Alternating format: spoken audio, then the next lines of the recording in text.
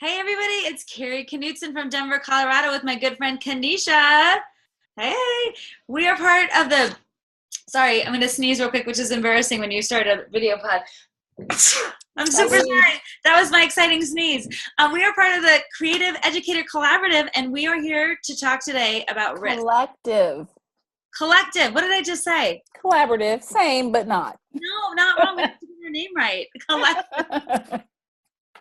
Sorry she gets excited. Can we start again now that I've had two mistakes, a sneeze and a wrong name? There are no mistakes, Miss Knutson. No mistakes. Come on. We're doing an interview. Let's move on to the main show, which is Kanesha. Today, everyone, we are going to talk about risk and risk, the word risk, what we think about it. And Kanesha is the queen, I think, of taking big, bold risks. Her company, I think so. You can make a face at me, but I think you are a big, bold risk taker. Today. So Kanesha, here's what I want to ask you. What words, what images come to mind when I say the word risk to you? Okay, I'm gonna stop you really quickly. This is my friend Kari. I don't even think she said her name. What is your name? I'm all out of control today with my interview skills. I think I said I'm Kari Knutson from Denver, Colorado. Okay, and you're from Knutson Consulting. Knutson Consulting is my company, everyone, and I am a professional speaker and an educator. And Kanesha and I are here together today because we said, you know what? I'm an educator. You're an educator. We both have our own companies. Let's come together and support educators. So we're doing this series on topics that we think educators would be interested in. Yes, and things that we've gone through as educators, as business owners, and we are longtime friends. So this is why I'm always giving Kari a hard time. So there you have it. There it is. And I'm always like running ahead. So I got to back up, simmer down. Okay. Yes. So, is that good? Now we're That's wonderful, baby. I love you. Go. So now we're good. Okay. So back to the topic of risk. What images come to mind when I say that word? Because I think that word's pretty loaded. So when I say the word risk, what comes to mind to you, for you? Words, images, ideas? I would say before 2013. And the reason that's my marker is because that's when I really started working on my business, like, in a full professional mind way. But when I heard the word risk before 2013, I thought, instability, chaos, craziness. Who are those people who would live like that? What is that craziness? Why wouldn't you use your best list and mapped out plan? And I just thought risk just meant everything that could go wrong, everything that would be scary, everything that would be awful. But now when I hear the word risk, I hear opportunity, possibility, newness, freshness, shifting, transitions. So yeah. Nice. I love that. I think too, when you have a loaded word like risk, at different times in our lives, we do think of that word so differently. Because it personally, professionally, financially, sometimes risk, when you're like, I will take this risk, but I won't take that. Or like reputation, especially in the field of education. Are people going to take me seriously if I do this particular risk? Because educators, teachers, administrators, faculty only do XYZ, and we stay in this like risk averse box, so to speak. Definitely. Well, speaking of that, here's my next question for you. Can you think in your professional career, what risks you've taken professionally and how that's affected you personally? Like, what kind of risks have you taken, you think, and then how has that affected your personal life? Yeah, when I look back on my career, like when I first started in 1994, and I wouldn't say I was high on risks, but when I look at it now, I actually was. And I've always been super vocal about things that matter to me in uplifting other people and advocating for people whose voices are not necessarily at the table, advocating for myself as a person of color and a woman. And sometimes like I'll start talking about something or planning or getting involved in something before I've thought it all the way through. And I'm a very detail-oriented, analysis, overthinker type person. So some of the riskier things I have done is all been about just getting in there and getting started, even sometimes when I don't know what's going on. And then in the middle of it, I'm like, oh my gosh, what am I doing? And then I start to freak out a little bit, which is not all bad, but I've learned to use those freak outs productively now.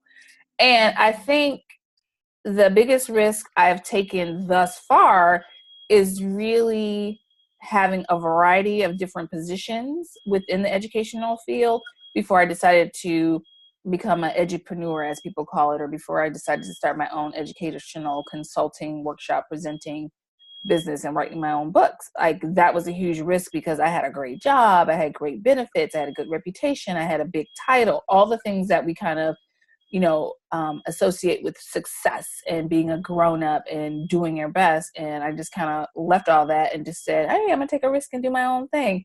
No, I don't know what I'm doing, but hey, here we go. Yes. And Kanesha, I'm going to just stop this for 1 minute. As you can hear in the background, I have a little fire alarm situation going on. So I'm just going to pause this for 1 second and see what's going on and come right back to you to finish this call. Okay? Okay, Kari is back after checking on the fire alarm. Is it okay over there in Denver? We're all okay in Denver. The fire alarm situation has been handled. Thank you for pausing for real life happening. All right? Yes. Speaking of risk, make sure you check your fire alarm batteries, all right, and get on that. It's not something to mess around with, or they will go off in the middle of an interview to remind you. Okay? Real life people. Yeah, that's what we're talking about. So remember, we're talking about risks, Kanesha. So where we left off, here's my question for you. I want to know if you felt like you've had any barriers to taking risks, like things that keep you from taking them. What kind of work can you speak to that a little bit?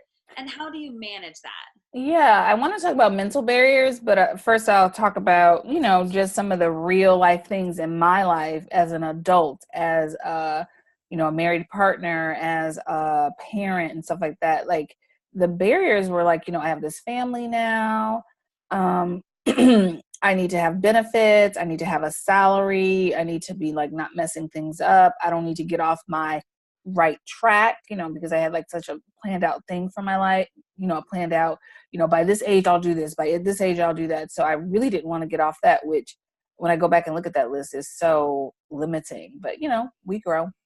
And so those were a lot of things that were holding me back, even though mentally I would say, if you do not take some type of risk, take some type of shift in what you're doing in your career as an educator, you're going to languish here. You're going to die on the vine. You're going to be burnt out all the time. You're going to be resentful, bitter. You're not going to be a great educator. And that's not why you got into this. You really want to help people and really support kids learning and really support families and understanding how educational institutions can be a centralized force in the community to be positive and really supportive. And so when I really had to check my core values and really had to look at, if I'm able to do this more formalized job at this capacity, why couldn't I do something adjacent or lateral or on my own that would be similar? And so when I really had to have the conversation with myself, had to really look at my quality of life, which is huge, look at my work-life harmony, then I had to be willing to take some level of risk. And, there are levels of risk. I didn't have to just throw everything out and start brand new, but I had to be smart about it. I had to have a plan within it, but I didn't have to have everything planned out in huge amount of details, but I did have to have a structure. Yeah. Yeah. What about you when you thought about something like that with risk? Well, when you were speaking, it made me think about how in education, sometimes we're risk adverse because we're supposed to do it this way, this time of year, and and then we don't take opportunities sometimes because we think, well, I don't have permission, or I don't know how, and I when I work out with people, we talk about like, who do you need permission from? Like, is it yourself? Is it the administration team? Because sometimes we make up these things why we can't take a risk, but it's all about fear. And for me, that popped up a lot too. Sometimes when I help teachers, I can see it easier than I can see it for myself. And I feel like the risk to say like, I really want to start my own company and still be in teaching, but then to feel like, how do I get a gig? How do I price for that? How do I put myself out there and monetize myself and risk saying like, I've been an educator all this time, but now am I a business person? Like the first time I said I own my own business, I almost freaked out. It was a risk for me because I almost felt like I was an imposter. Like an identity risk? Yeah, identity risk. I love that. That's a new one, an identity risk, because am I a professional speaker? Am I a counselor? Am I a trainer? Am I a business owner?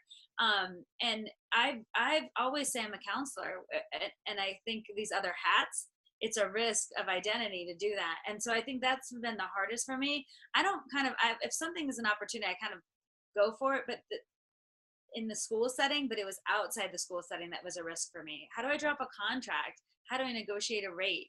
How do I act like a business person who knows what they're doing, who really doesn't want to be a business person and wants to train, but needs to be a business person too? Right. So those are risks for me. I love the identity risk. That's what it's been a lot about for me. Yeah, no, that was a lot for me too. I would say when I, left a formal educational setting and still was working in education, but on my own, I was trying to keep my day-to-day schedule like I was still working in that educational institution, the same hours, how I start my day and everything, not realizing that now I'm on my own, I had more control over how I spent my time and what I spent my time on. And, the identity risk of I have, been indoctrinated all these years working a certain way. It was a risk to give myself permission, as you said, take that permission to shift things in a way that worked better for me and kind of opened up the opportunities.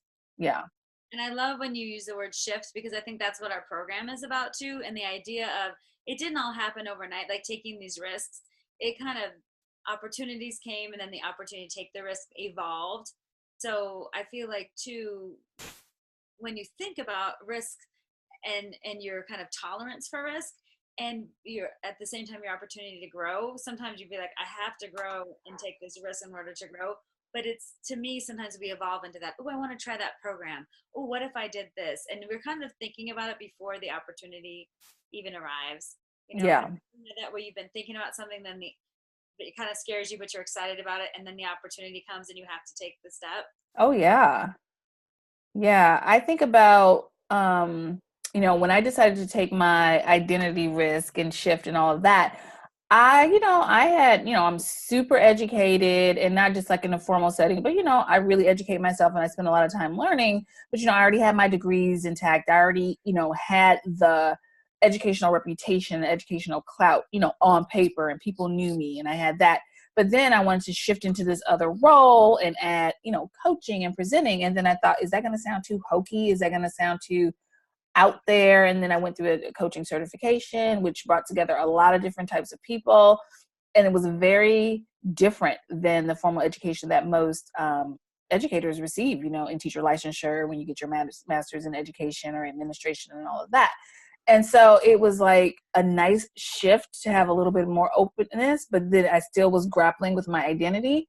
But moving forward from that, when I kind of stopped making the labels make more sense than the actual risks, I just got out of my own way, and different things that I couldn't even anticipate, Carrie. And we've talked about this, when we've had our own, long phone calls.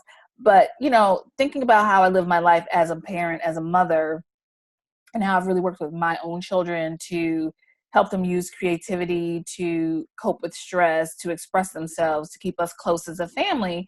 And when I started talking about those things publicly, doing presentations on that publicly, writing about it and all that, I got this national TV opportunity.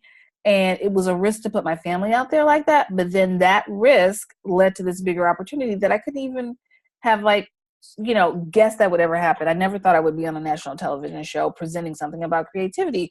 So I say all that to mean is, when you kind of have this openness to the risk serving you, then the risk is no longer as scary. It's still a risk, but it doesn't become this barrier or this obstacle or hurdle. It just allows you, and you keep talking about this, to break yourself open and reach for whatever the next thing is for you. Yes. Pretty exciting. And I love that, not trying to plan out, like some of our opportunities come and we can't even dream or plan, and I've had a situation similar when I do a one-woman storytelling show that seems to have nothing to do, right, with what my counseling thing is, but it actually does. It's an extension of sharing stories and being with people.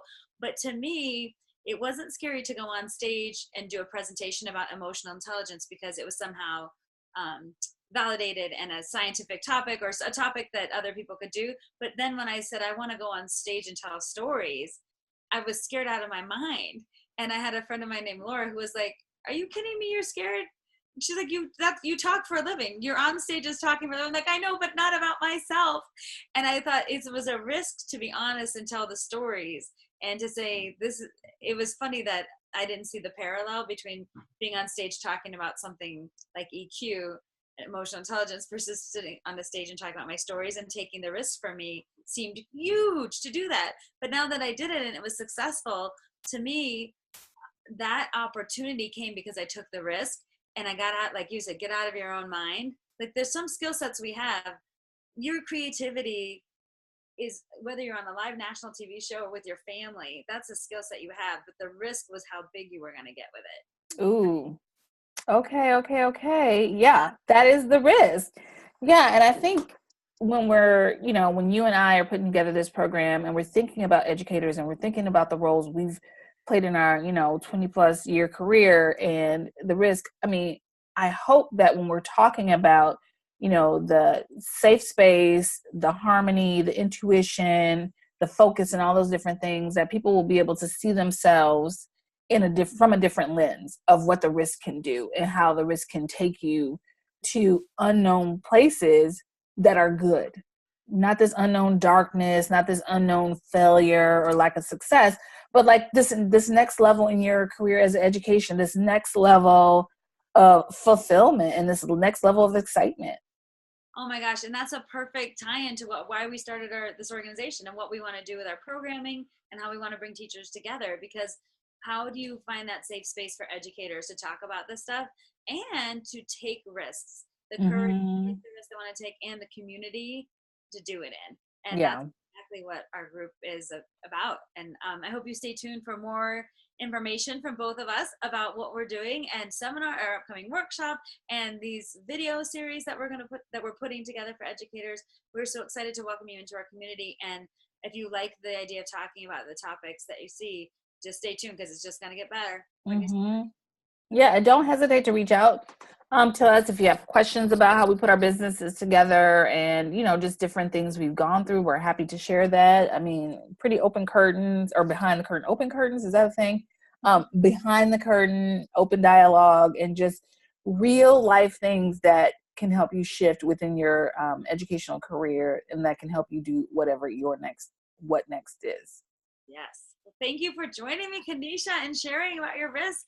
And everybody, we will see you next time on our video series. But thanks, Kanesha, for joining me today and sharing everything that you did, because I feel like you and your bold thinking and knowing you over time, you have taken some big risks that I feel like have brought you to a great place where you are today. And I feel so proud that I know someone like you, and that I feel so excited that the opportunity for people to learn from you about how your journey and your risks have taken you where you are today, and that our collaboration is going to be a great part of educators feeling they can get the support they need and the inspiration. Yes. Thank you so much, Kari. I'm so proud of you too. One Woman Stage Show. You're awesome. Yeah. Goodbye, everybody. Thank you for joining us again. Take care. Bye.